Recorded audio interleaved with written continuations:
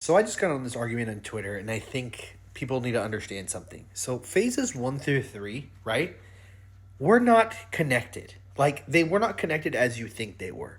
And that's not the reason why we're having such an issue right now. The reason we're having an issue right now is because there's been no Avengers films. Now hear me out. Phase 1 through 3, right? Phase 1 had Avengers. Phase 2 had Avengers. Phase 3 had two Avengers. They were all connected. You can watch all four Avengers films and understand the entire MCU.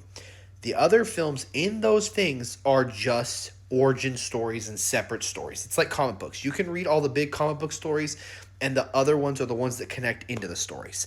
So the thing is this: phase 4.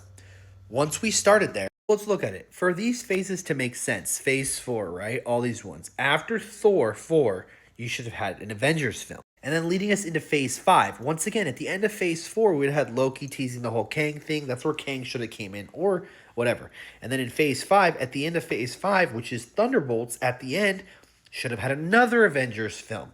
Because now we're going in phase 6, where there's two Avengers films, and there's barely any films between or after.